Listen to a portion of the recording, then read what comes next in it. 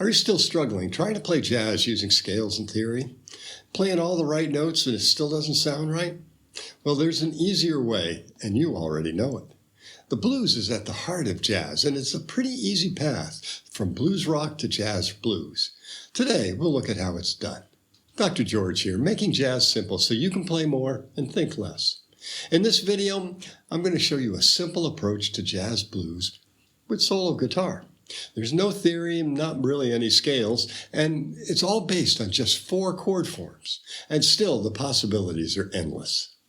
Now, if you're like me growing up in the 60s and 70s, our guitar heroes were all playing blues, and that's my roots. I love the blues. It's essential to jazz, too. Joe Pass famously improvised his way through the Virtuoso albums, and he included at least one blues on each of them that he made up on the spot. I often sit down and just improvise on the blues, too. Let me show you.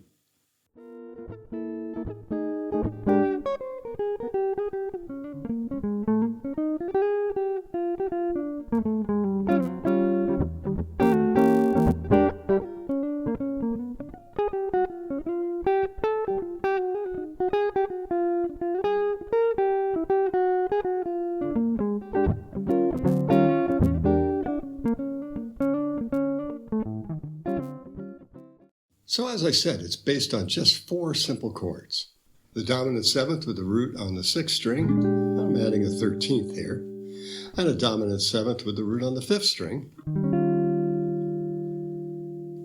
and then 2 forms of minor 7th chords with the root on the 6th string and the root on the 5th string. So we can play the whole progression using just these 4 voicings.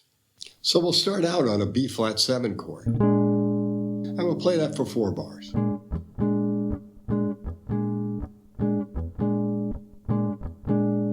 then we're going to go to an E flat 7 chord. And then back to B flat 7.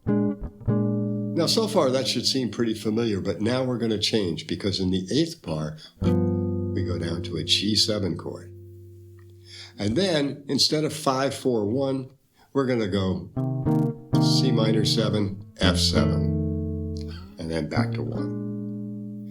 Now for the turnaround, we could just use C minor 7 and F7 again, but I like to use a chromatic turnaround, going to D flat 7, C7, B7, and then back to B flat 7. Now, I like to put in some variations in there, too, sometimes. And so one of the most common ones is on the 2nd bar to go to the 4 chord. So we would go.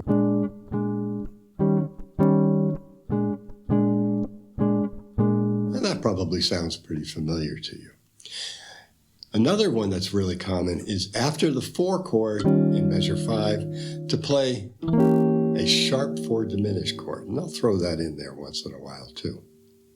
And then the last thing, in that turnaround, instead of playing a dominant 7th on the 2, we could play 2 minor. And we could also play 2, 5, 1. So there are some variations that we'll do, and we just more or less improvise that. So the whole thing sounds like this.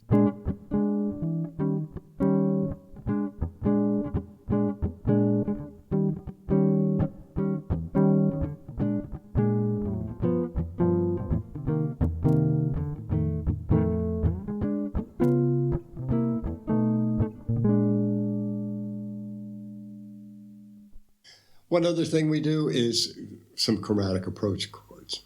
And so there are a couple of patterns. One is simply a neighbor chord. So that's where you move by a half step away and then move back to the chord that you started on. And then there's the chromatic approach. Okay, and it can be from above or below. And then in the blues, there's a couple of special ones. When we're on the 1 chord going to the 6th chord, we can play all the chords in between. Or if you're trying to get up to the 6th chord, you do a double chromatic approach there too. Now with the 1 and the 4 chord, we're using stock voicings with natural tensions, the 13th and the 9th chord.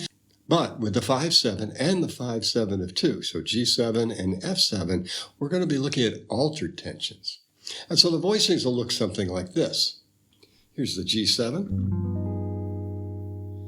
and that has flat 9 and flat 13.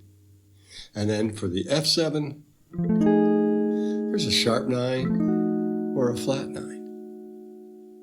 Now in all of these chords, I'll play them in one of three ways. The basic way is just simply the full chord. But I also will play those shell voicings that I started out with, which is just the 3 notes, which gives me a different texture. And then I'll also play without the roots.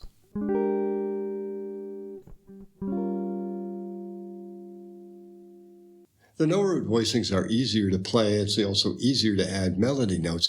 And if you have a bass player, they work perfectly. Now for the soloing, I use something I call chord boxes. They're a little different than arpeggios and a little bit more flexible. So they're all based on the actual chord form. We're going to start with this B-flat 7 chord. Okay? And we're going to get rid of the root. So now we have...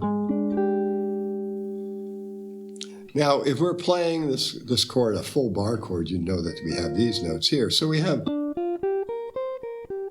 which looks an awful lot like the House of Blues. Okay? But we're going to add that one down here. So now we have... well, the root is also here, so we might as well add that too.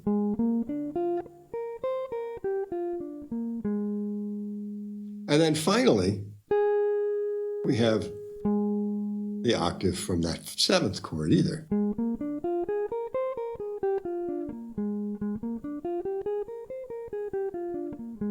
Now when I'm playing this one, I also like to use the blue note, which is right here, the flat 3.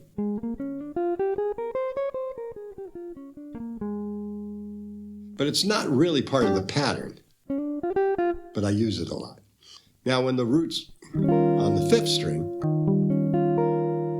we'll get rid of the root here, and so we have... and then we can add a note on the 8th fret for each one of those, so we end up with this. And since we have the D flat here, we can also add it here. And since we have the C up here, well, we can add it down here too.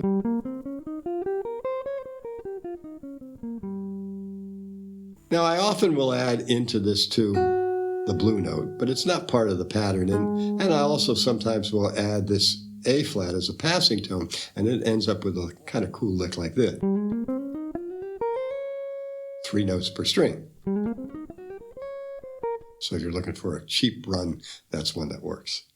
Okay, so here's a neat trick.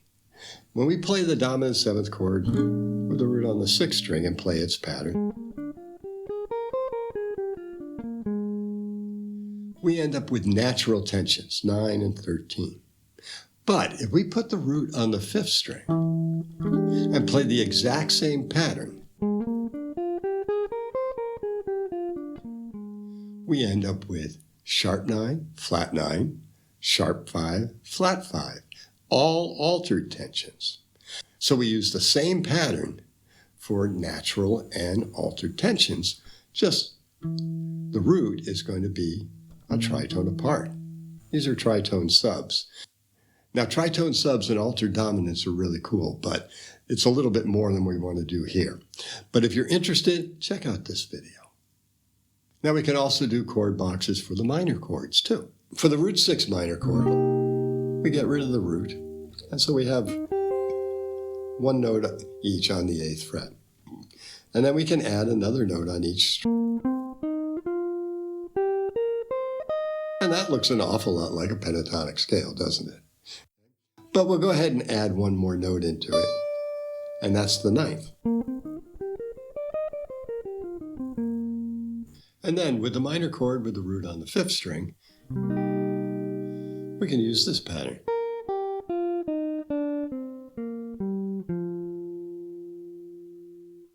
There are some important things to understand about chord boxes. First, they're patterns, they're not scales. There are some notes missing.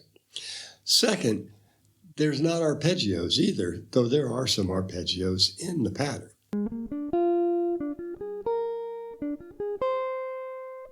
They're also just frameworks. You're not limited to these notes. Don't treat them like a cage. If you want to add in passing tone,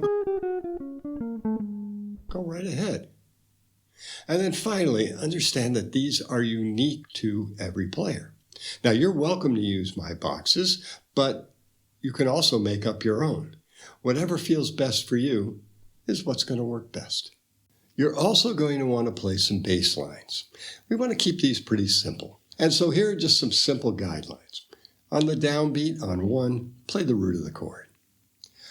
On the 4th beat, play either a chord tone or an approach tone that will move by step to the next chord.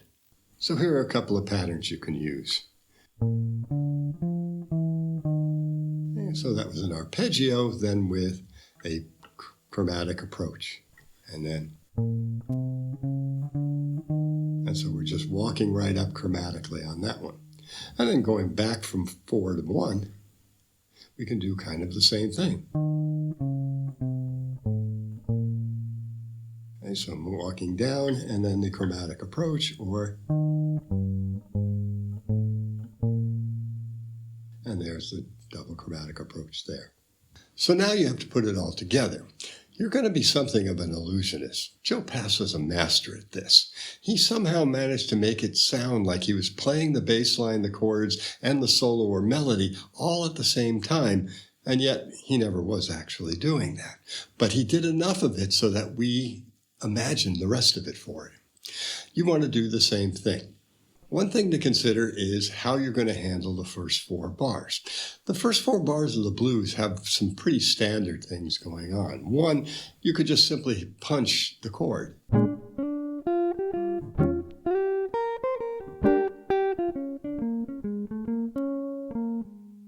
then moving on to the 4 chord. Now, you could also try a call and respond.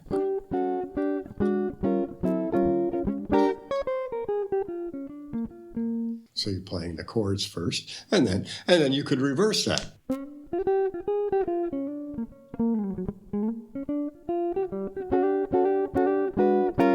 Okay. And then you could also try stop time.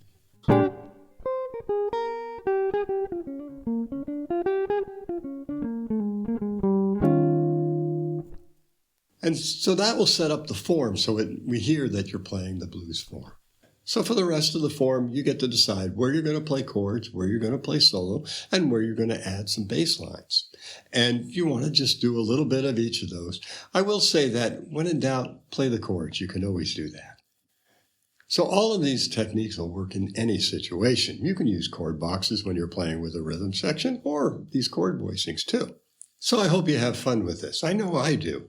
And if you want to dig a little deeper into different chords for blues, check out this video.